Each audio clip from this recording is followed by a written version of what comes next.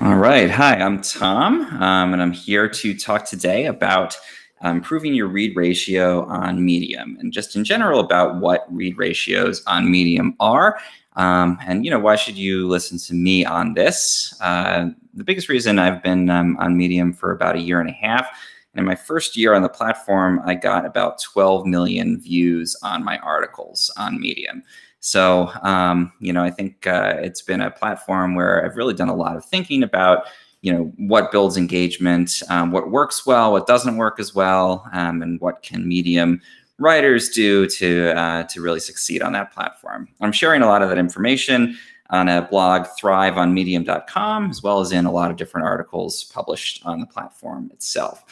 So let's talk a little bit about read ratios on Medium. There's a lot of different stats that apply on the platform and that you can use to measure how successful your articles have been after you publish them. And a read ratio basically shows the percentage of people who come and look at your article that actually finish reading it. And Medium judges that in a lot of different ways: the time they spend on the page and how far they scroll, if they make it to the bottom of the article.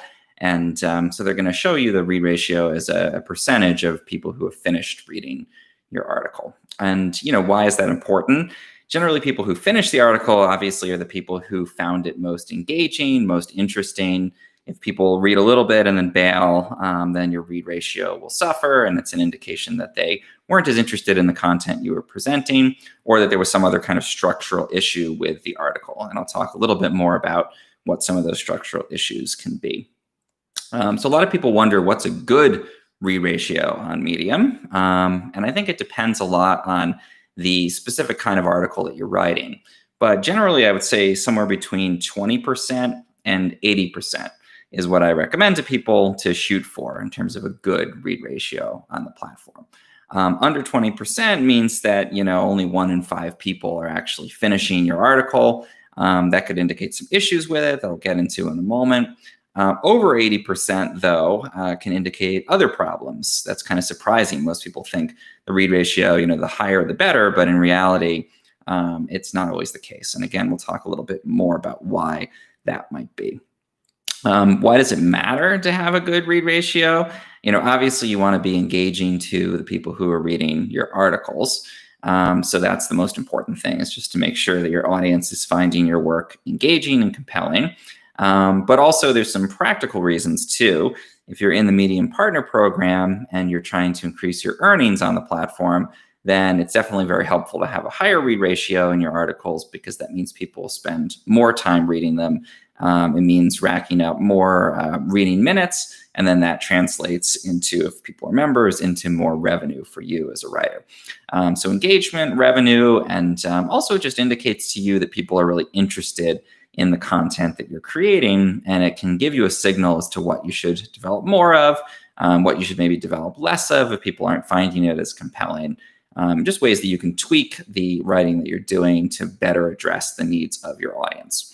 And this is live, so if people are tuning in here or on YouTube or anywhere else, feel free to ask any questions. I'm happy to answer them.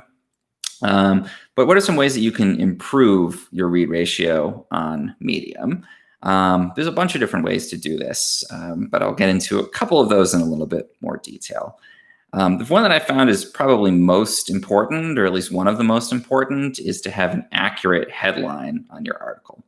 And a lot of people try to write their headline to grab as much reader attention as they can, and that can be important, but also your headline has to accurately reflect what your article is actually about. Because you can write a great headline that a ton of people click on, but if they come to your article and discover that it's about something totally different, or it's just not as compelling as the headline made it seem it would be, then they will leave, and your read ratio will suffer as a result of that. So writing a good headline gets readers to your article, but if you see a lot of views, but not a lot of people finishing the article, it might indicate that your headline wasn't an accurate reflection of the article. And that's the most important thing, even more so than a headline that is really compelling, is to have one that is, a good reflection of what's actually happening in your article and what you're writing about. Another thing to make note of there is that with the new changes to Medium, any kind of clickbait headline is really being penalized at the moment. So if you write something that's really the top 10 reasons to do blank, sometimes those can be fine. But if it seems like it's clickbait, then it might be penalized in the system. So that's another reason to make sure that your headlines are accurate, or truthful, and that they reflect what's in the article and aren't just trying to grab attention. If you do that accurately, if you do that consistently, then readers will come, they'll find what they were looking for, and they're more likely to stay and read your whole story. Also, an intro that grabs attention. And I tell people, try to grab readers' attention in about 15 seconds. That's about how long most people spend statistically reading the intro to an article before they decide whether they're going to stick around and read more of it. So you really have a very short period of time to grab reader interest. And that's why your first sentence or two really has to be compelling, has to communicate what the article is going to be about. And ideally should bring them in and make them excited to read the rest of it. And once you get them kind of hooked on the article or interested, then you have more leeway and you can go more into in-depth background and that kind of thing. But I find if your first couple of lines aren't compelling, they're just sort of boilerplate, then people will click through, they'll think it sounds interesting, but then they'll lose interest quickly and they'll click away. And again, that can be reflected in a read ratio that's too low. The beginning is definitely important, but especially for longer articles, you might find that as people get further into the article, they start to lose interest. And that's why it's also important throughout the article to have more kind of hooks and things that keep people interested and excited. So think about every couple of paragraphs, introducing a new concept, a new topic, kind of talking about what direction the article is going to go in as a next step. And that can keep people engaged in the process so that they don't hit a wall of text and click away. And again, that will not count as a full read, and that will impact the read ratio on your article. Another point with that, don't use any kind of filler or boilerplate. I think because Medium writers are compensated in part based on how long their readers spend reading stories, some people think, okay, I should write the longest story that I possibly can, because then that'll lead to more reading minutes. People spend longer reading it, and I'll get more money out of that. That usually doesn't work. It usually backfires because people get bored if they see that you've put filler and boilerplate into your story. An example of that is like an overly long quote from another article. It's great to quote other articles, but don't throw in 2 paragraphs just to add to your own. Too many photos can be a problem too. If people find that it's annoying and kind of disrupts the flow. Anything that's going to kind of take away from the reading experience, you want to avoid with that. And if you can avoid putting in that boilerplate and just make stories the length that they need to be to hold reader interest, then you'll actually get a better read ratio, probably more promotion through the platform's algorithms, and you'll also end up getting more reading time overall because people will spend a longer time with your stories. So a really great 5-minute read that's well-developed, well-structured, and doesn't have a lot of filler will actually probably get you more reading time than a 7-minute read that has a bunch of boilerplate that's going to drive some readers away in the middle of reading your article. So articles should definitely be the length that they need to be, whether that's, sometimes it's 20 minutes. Sometimes it's fine to have an article that's super long. Sometimes, it should be a 1-minute or 2-minute read if it's just introducing a very simple concept. And the final thing I would say is, these are all tips in terms of making your read ratio higher. But what do you do if your read ratio is actually too high?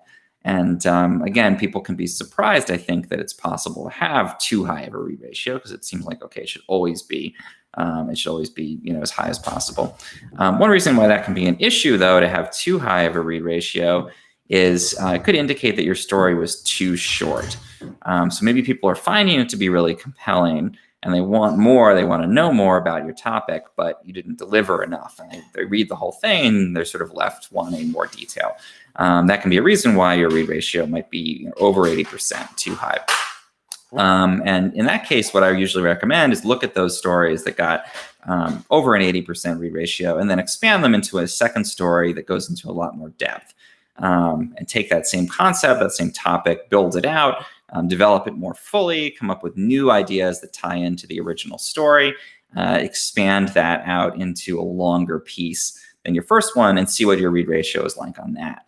Because if you have a ratio that's over about 80%, People, again, are finding it really compelling. And if you wrote, say it was a 4-minute article, it got an 80% read ratio. If you expanded that into a 7 or even a 10-minute article, you probably will still get a ratio in the 20 to 40% range, but you'll be able to get a lot more reading time, and you'll just have found a topic that your audience finds compelling. If you're just joining us, we're talking about strategies to improve your read ratio on Medium. I talked about the fact that a good ratio is usually between 20 to 80%. Building a good read ratio is really important because it means more engagement, more reading time, and also it indicates that your readers are interested in the content that you're delivering. And also, if you're in the partner program and you're earning through Medium, obviously a higher read ratio means that you're going to end up with more earnings out of the program. So again, accurate headlines, something that reflects what your article is actually about, an intro that grabs people's attention, ideally in about 15 seconds, so about 2 sentences usually, hooks that keep them kind of engaged throughout the reading process, and just avoiding filler and boilerplate, keeping your articles the length that they need to be, not adding in unnecessary text that just expands them. Look at the read ratios that are too low, or under 20%. Try to consider whether there's some kind of an issue like that with the story, but also look at the ones that are too high. Use that as an opportunity to build a longer story that draws on the same concepts as your original one, and see if you can shoot for one that's maybe 7 to 10 minutes, but that's got about a 20 to 40% read ratio on that topic. If you found this helpful, find me. I'm at TomSmith585 on Twitter. Again, at TomSmith585. Visit thriveonmedium.com. You can also read all of my work, including my new column, Tech Shortcuts for Life. That's on debugger.medium.com. I'll be doing weekly stories every week. And you can tune in on Mondays on debugger.medium.com to read my stories there. This is not something I'm doing officially through Medium. This is on my own for Thrive on Medium. But I encourage you to read me on the different platforms there, and also follow me on Twitter for more Medium tips and more of these live streams. Thank you.